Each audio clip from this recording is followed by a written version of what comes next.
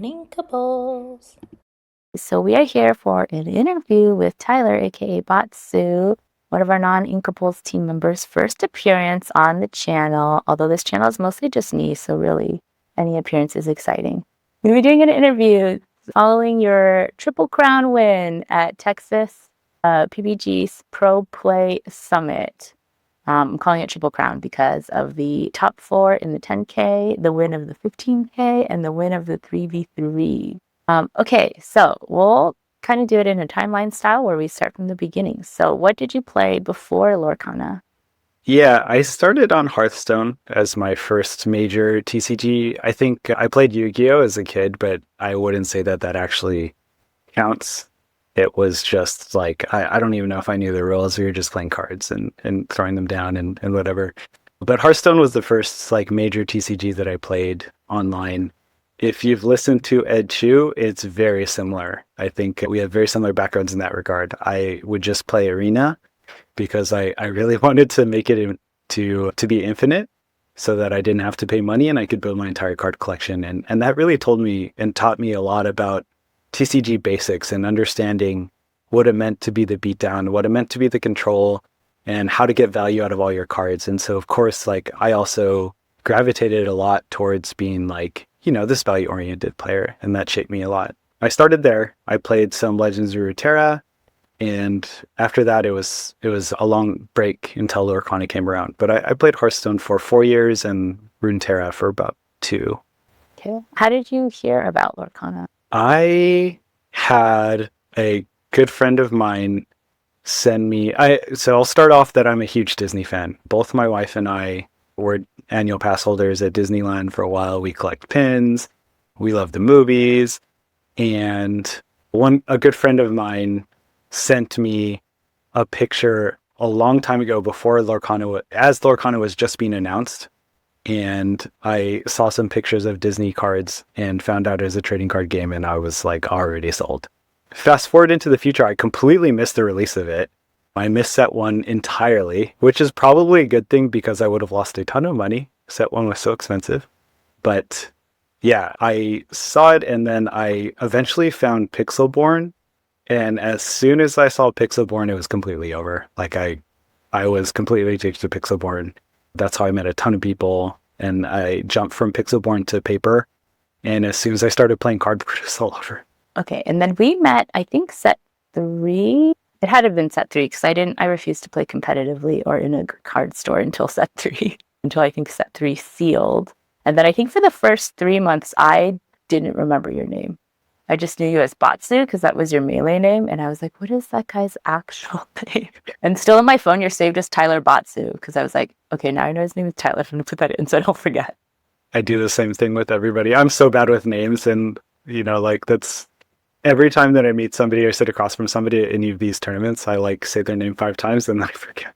Yeah. Even this weekend, I played somebody on Friday. And then on Saturday, he sat down and I was like, oh, I played you.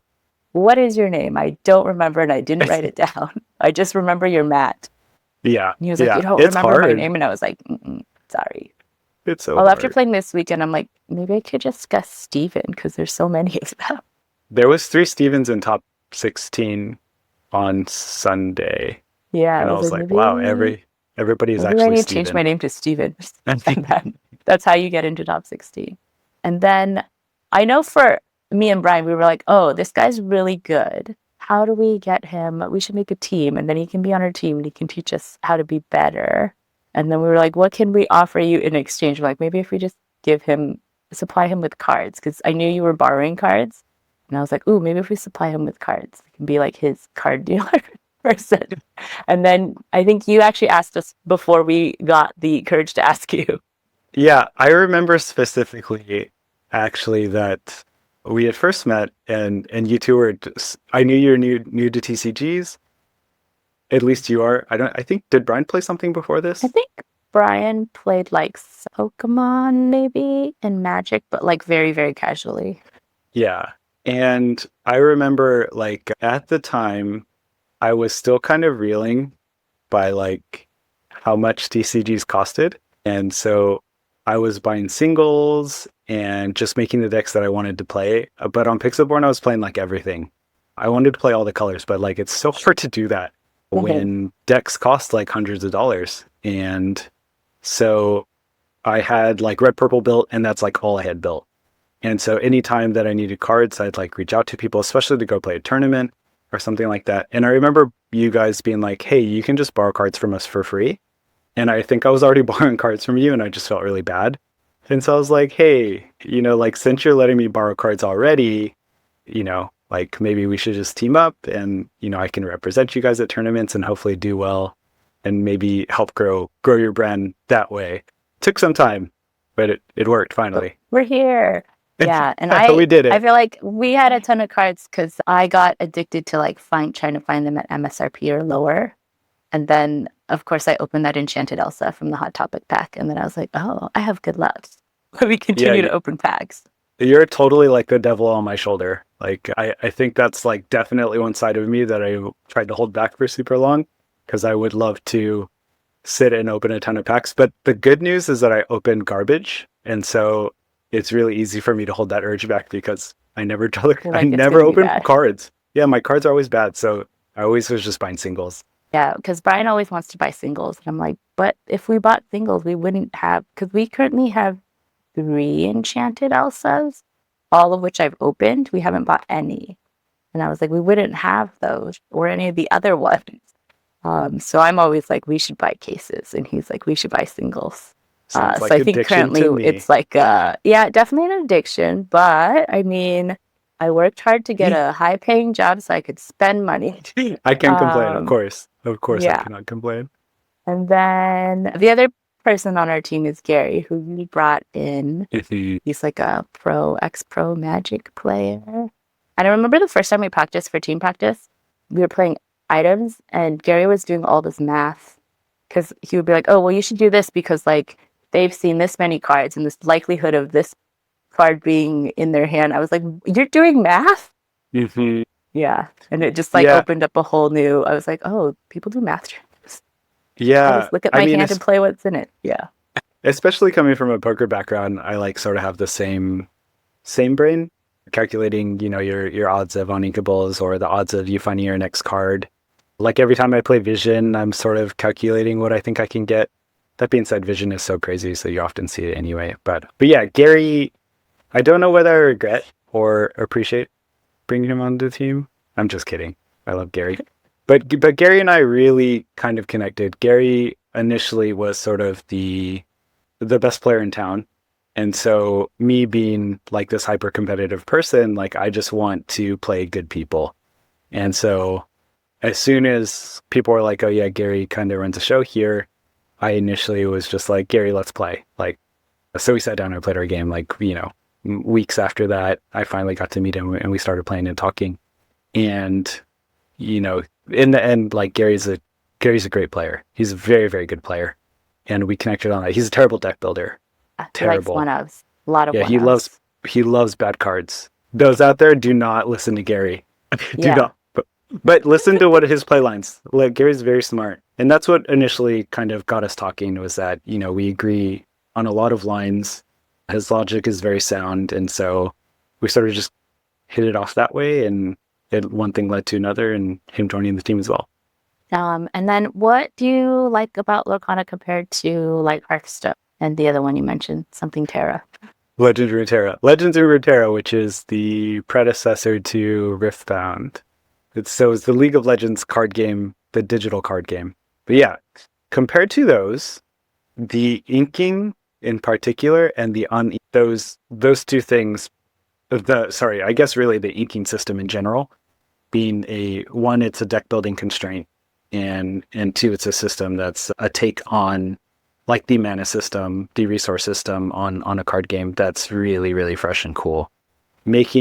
Having your ink decision be a crucial decision that could cost you the game 6 turns later is so cool to me, even to this day while we're playing. Also, the information that it gives your opponent, the information that you're giving your opponent, all of these things are like a huge, huge factor on why it ends up being super cool. Of course, alongside that is the uninkable cards that are, the stronger cards that have to be played every single game. So you can't just build like a deck that is good into everything, or play an uninkable tech card, for example.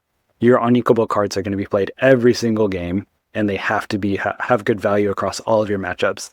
And so having this be part of your deck building constraint is like super fun and a great way to, test people's deck building abilities. And yeah. And then what are your favorite archetypes for each set? Like color combos that you play for each set? Oh man. So set 1 I'll pass because Yeah. I missed set 1. Set 2 was red purple for sure. I played red purple a bunch. And like I said before, it's sort of the value deck. Draw your entire hand, draw your entire deck, and be prep, and all these, play Maldragon back then, and Lady Tremaine, all these like hyper value cards. And yeah, I think set 2 RP was a really fun time, actually. People might disagree. The grindy mirror match, though, was like my favorite. So set 2 was red purple. Set 3, I played amber steel, but I will say red blue. Red blue. Set 3 is when I finally took a dive into playing red blue, and it was not a good time to do it because green steel aggro existed, and that was a giant pain. But yeah, that was. I didn't like those people. I didn't like you people. Yeah, green steel or red blue back then. Is set 3 Bucky or set 4 Bucky? Set 4 Bucky is Bucky. is technically, yeah, Bucky was a set 2 card, but didn't really pop off until set 4. Because I remember Brian played Bucky in set 2 when we first started, and I made him stop because I was like, I don't like having no cards. If you keep playing this, we're getting divorced. Yeah. I think we had one local that was playing Bucky around that time, and I was playing red purple, and I just absolutely also hated it. It's just such a PJ Bucky was just like this most tilting thing back in the day, and I sort of back then. We're going to find out very soon that I am going to eat my words. But back then I decided that I was going to play every deck that shut down discard because I hated playing against discard so much. But yeah, set 3, I'll say red blue. Set 4 was the Bucky discard Diablo era. And again, I wanted to play the deck that beat up on it. So I was playing blue steel. And I really miss blue steel. I played blue steel with Argus for red purple, and that was a good time. We have some great memories with that. Yep, where I put one card on the top when I cut your deck, and it was Argus. And I was on red purple. Even I was like sad. So sad. So good. Set 5 was our big first team event, our DLC Vegas, and we decided to play red blue items. So that was super fun. Red blue items for set 5. Set 6 is when things turned really dark and I got into green steel. You were like, green steel is the best deck. It's so strong. Yeah, set 6 was very strange. This was leading up to LCQ. I had joined SLTC. I think I joined SLTC in set 5, but I was the items guy then. And set 6, I had become good friends with my buddy Ray. And Ray was just beating everybody. I mean, he beat everybody up with green steel. And I was like, okay, all right, like here you are beating people with green steel. I should probably finally try it. I did try it. I remember we tested in set 5. I tested with you. No, you also tried green steel, I think in set 4 set 5 when Bucky was still alive. And you never managed to draw the Diablo shift in our house after like 11 games. Yeah, I think I lost all of those games. And I was like, this deck, like this, I don't understand. Like this deck is broken as all hell, and I like hate playing against it, but when I played it was just awful. It was so bad. Yeah. And so I thought to myself, okay, like I don't really get it. And so set 6 was my venture into green steel, and I learned how hard the deck was actually to pilot, and that sort of got my brain churning. I think like that started to become interesting to me. Like how do I take the hands that are not Diablo Shift Diablo and actually play it out? And that became super fun and interesting, and I became a bad person. At 6, I took it to Battle of the Bay, and it was my first time playing green steel in a big field. And every single time for every single game that I was discarding people, I was apologizing to them, and they're like, you don't actually care. And I was like, I do. You don't actually understand how much this is hurting me. Sorry. No cards for you. Sorry. Yeah, sorry. How many cards in hand? Oh, sorry. Sorry. I Okay, guess you don't now have any 0. more. Yeah. Yeah. So that was the big turning point. And so from there I kind of stuck to green steel all of set 6. I took it to LCQ. We tested green steel like crazy. Set 7 was the same thing. I kept playing green steel. Did I play anything else in set 7? BOGO. I played BOGO. Yeah. BOGO. I think I played green steel. I played some purple steel for fun, but I mostly played towards the end. I played all BOGO, and I love that deck. BOGO is one of my favorite decks to this day. Shout out to Stephen Brandt, who took it to top 16 at DFW PPG. Yeah. I told him weeks before that I was going to play BOGO on Friday, and I wussed out because there's a lot of red blue, and that deck does not like red blue that much. And I really didn't want to struggle through the day playing BOGO. But actually it's a good deck. And Steven, in our top 16 matchup, he really put me on the ropes. Both games they were hyper close, and if he had drawn his cards or had one ink in both games, one card deeper or one ink, respectively, in game 1 and game 2, I'm pretty sure he wins them. And so I have also been sort of inspired again to pick it up because taking it to top 16 in that field is insane. Insane. Yeah, so I think it's actually crazy. still kind of real. Yeah. Set 7 was BOGO, and now we're here, set 8. And I did everything. Yeah, I remember you brought like green blue ink geyser to one of our locals. That was a dark time. Yeah. And then we did blue steel in the beginning. I forgot about that. Is that set 7 or set 8? I think it's beginning. No, I think maybe that was, I don't remember actually. It was before Hero and Ban. It was blue steel. Set 7 then. Oh, set 7. Yes. Oh, we completely left out decks in set 7. Set 7 was the golden era. Set 7, I don't even think that it was BOGO that I would identify set 7 with, and I don't know how this left my mind, but it was the Blue Steel Scrooge. Blue Steel Scrooge and eventually the Chicha build, but really just that build in particular. Yeah, I miss that. Some of my closest friends are mourning that alongside me. I feel like I'm still in mourning. I was definitely in mourning for like a few weeks after that, where every time I played, I was like, this is not the deck I want to play. Yeah. Yes. Okay. It is all getting very clear to me now. That is also exactly how I felt because I would play Blue Steel Scrooge without Chichas for a very long time. I think the majority of the time that I was playing, and that deck was so good. I love that deck. Then the Chicha build that I took to another pretty good tournament. I had my best 2-game format run. That deck was insane. I was in love. And then the ban, and then I went back to playing discard, and I was like, this deck sucks. The consistency is garbage, and like the matchups don't feel like every match doesn't feel favored like Blue Steel did.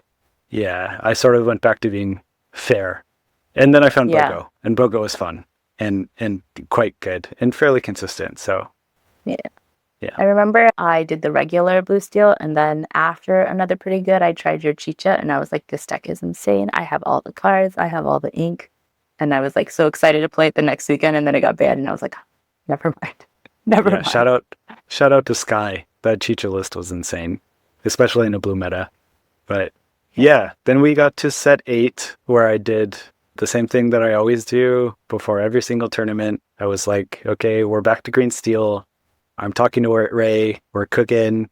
We find it, especially with the introduction of Beyond the Horizon, the initial thoughts on Beyond the Horizon from everybody was that the deck, the card was absolutely busted, and I think it's still quite good. And so I was playing green steel, and the turns where you have Prince John Ursula 3 sing Beyond the Horizon is absolutely nuts. I mean, absolutely crazy. And that was a good time. I also felt really bad for my opponent because you resolved that a single time and the game's like basically over.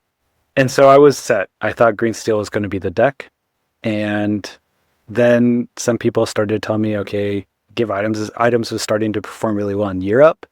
And also, people like Jonathan Williams were playing it, over on the East Coast and have cashing in pretty good performances. So I thought, okay, I should try it. I did. It felt pretty good for a while, especially after playing it before. I had all the same I've had so much experience on the deck, so it sort of felt like home again. But the deck is really inconsistent, and that's still kind of how I feel about it. You can lose to yourself. And that's what I always hated about Ember Steel. And then Dave Attack for Two was like, "Beard, what are you doing? Play Shark." And that was it.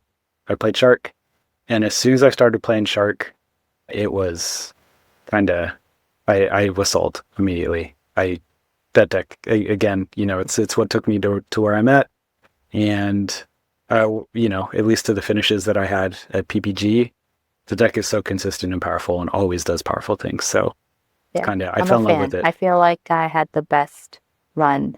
And had I not had 2 games where I drew 0 popsicles, I probably would have done a lot better, but that's fine. Okay, so Yeah. now I have more questions about, I guess, how you prep. So how much do you practice in a week? Ooh, this is embarrassing.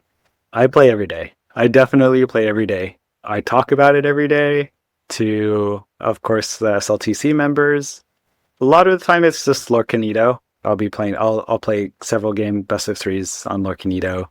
And then especially as we're getting closer to actual tournaments, then I'll be Gemmy paper like on webcam with some of those members as well, and starting to get going. A lot of the most helpful things for my practice is that I'll stream my games, and this is what happened is I stream my games to the Discord, and I have like 4 incredible players sitting behind me like screaming at me and telling me what to do, and that just helps immensely. I think that the amount that I learn in a couple games of that is equal to 25 games playing by myself, and so I sort of got like a quick tutorial through RB Shark and what I was supposed to be doing. Another shout out to Rick Fumbles, who I've watched play hundreds of RB Shark games, and I learned a ton just from watching him. Yeah. Do you ever record your games and watch them back? I used to. I haven't been lately, mostly because I think I've gotten better about identifying the mistakes that I made and lines that I could have done differently. A lot of times I'll make mental notes about like, okay, if I had done the other thing, how might it have affected the way that this game went? And so that's something that lately I've been able to do mentally. Okay. Do you do anything else to prep besides play game, stream game? So much is done by testing because I think you have to figure it out by actually jamming games. But yeah, I think the other prep is trying to figure out what do you think the meta might be, and choosing your deck type based on what you think the meta might be. And so, of course, like I said before, and another reason I played Shark was that the matchup spread is very good. I mean, to basically everything. And so it was nice to be able to default to that because I didn't have to worry about it being. I'm never worried about it being like 80% of the room being aggro, where we would have just rolled over and died, because Ember still exists. And so it's mostly trying to figure out the meta and gathering information from other people and trying to see what they think might be the strongest deck at the time, and then I'll go into testing and actually playing the deck to figure out if I agree with that or not. Do you get nervous when you play? I actually don't get nervous at all anymore. I was extremely surprised playing PPG, where it was my first time on stream ever, even though I've had several top cuts in a lot of our local tournaments. A lot of the time, especially set 7, my games didn't get streamed because it was a Sapphire Mirror and everybody was so sick of watching blue. So they were like, no, I was at table 1 and they skipped me 3 times because they're like, nobody wants to watch blue mirrors. Or my opponents would say, they don't want to be on stream.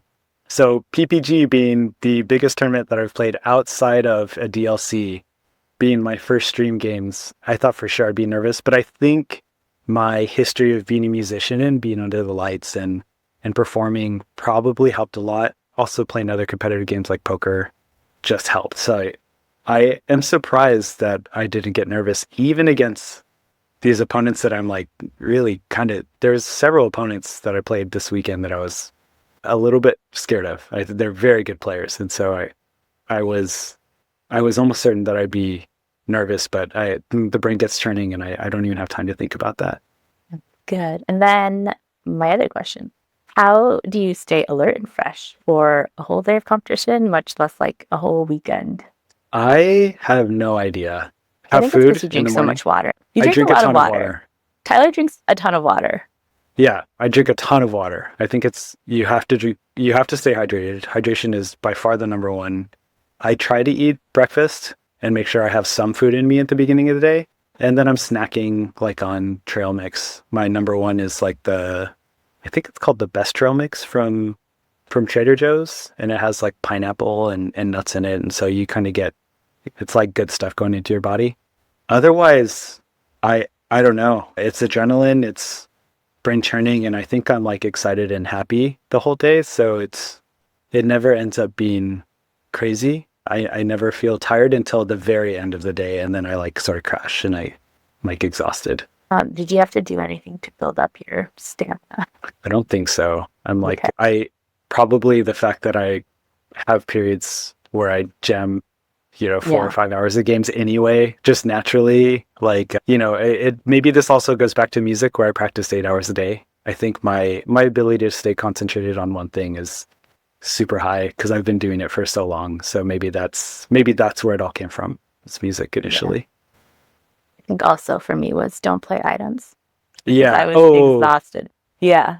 yeah. Items is another story. I think items by like round five, I'm ready to rip my hair out and I'm tired Yeah. and Because I remember at Vegas, we were all like so tired after day one.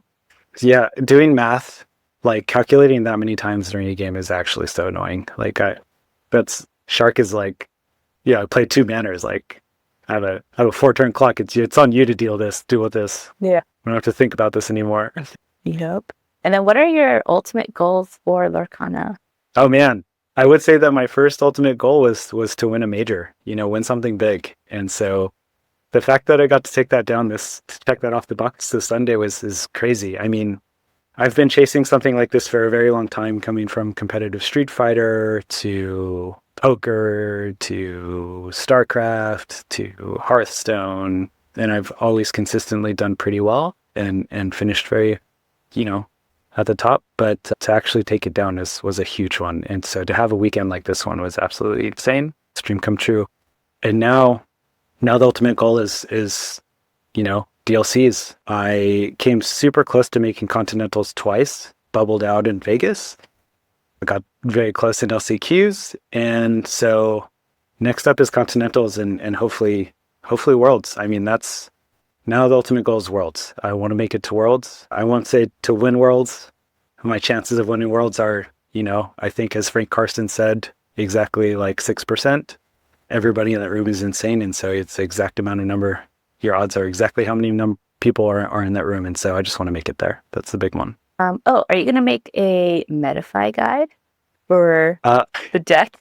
I don't Only think I'll do because people in locals were like, waiting for the guide. No, I don't think so. DKB exists already for that. But I have had a couple of people reach out for coaching. So I am starting to open up slots for coaching. I'm handling it just privately. And so anybody interested in coaching, feel free to reach out.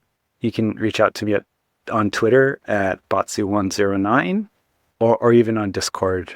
I think I should check this. Botsana on there.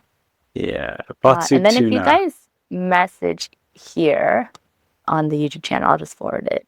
Yeah, cool. Yeah, so I am going to start coaching again. I play all colors. I know most decks pretty well. My strong suit, of course, is piloting. Deck building I'm maybe just okay, but yeah, for a Metafy guide on DKP Shark, I will say that you should go to DKP Shark. DKP for that. Get his Metafy guide. Yeah. I would say Tyler is very good at coaching and does know all the decks because he'll say stuff like, well, if he inked this, he probably has this. And I'm like, how do you didn't even think about that? And it really advances like the level at which you are thinking about both what you're doing and what your opponent's doing. And I feel like I've gotten so much better to the point where sometimes when I'm thinking about what to play, I'm like, okay, who would Tyler play in this situation? And I feel like your catchphrase is like, I think this is actually the correct line. Oh my gosh. Made aware of that? That is what you say when you're like deciding what to play. You go, oh, actually, I think this is the correct line. But I remember the first time you were like, oh, you should know your lines. And I was like, I don't know what lines are, which shows you how much I have grown. Yeah, and again, like I watched you. I tell people this a lot, but it's always super fun to like watch people I'm working with, like you and Brian, and sometimes sit behind you and be like, "Oh, I you like played 6 turns in a row, or you did the exact same thing that I did." And this is not to say that I'm making the correct lines or making the correct decisions all the time, but that is often, I can sit behind a lot of people and go, "Oh, I would not have done that. I would not have done that." So to watch the people around me choose what I think objectively is the best line is pretty cool, and have results come with it as well. So Yeah. it's fun. I really love it. I understand. I'll shout out JDRR one more time, but JDR is the man in the chair behind the computer, with all of his flower farm and helping people grow. And I totally understand why he does what he does. It's so much fun to watch people you work with like grow and start performing. So, outside of just what our group, I'm excited to take on more people and help them get better at Lorcana. Also, Tyler's really, really nice. So, also beneficial, Your hand. except for that. And then to end it, I was just going to talk about Hot Pot because we always get Hot Pot. It's like our tradition. And then Brian was like, wow, you found a person who's as obsessed with Hot Pot as you are. Because I feel like both of us could probably eat it for either all meals. I Yeah. felt time for Hot Pot. Even for DFW, I felt like we might have pulled the trigger on Hot Pot too early because we went Friday night and we had 2 more nights to go for dinner. By Sunday, I was like, man, I kind of want to have Hot Pot again. Same. Yeah, Same. But then I think because the people we were hanging out with were like not that into Hot Pot, we didn't go. But I feel like if it was just us three, we definitely would have gone to Hot Pot a second time. totally, totally. Yeah, those who don't eat Hot Pot, try Hot Pot. Those who do eat Hot Pot and you don't go to Hot Pot after long days of playing Lorcana, try it. It is sane. That might be where I get any of my special powers from is Hot Pot for Yeah, sure. maybe Hot Pot is the special sauce. Yeah, I think so. Okay, so that is it. Thanks, Tyler, for coming on the first interview of my channel. And I hope that you continue to win and then that I also win next to you. Of course. Me too. Thanks for having me. Okay.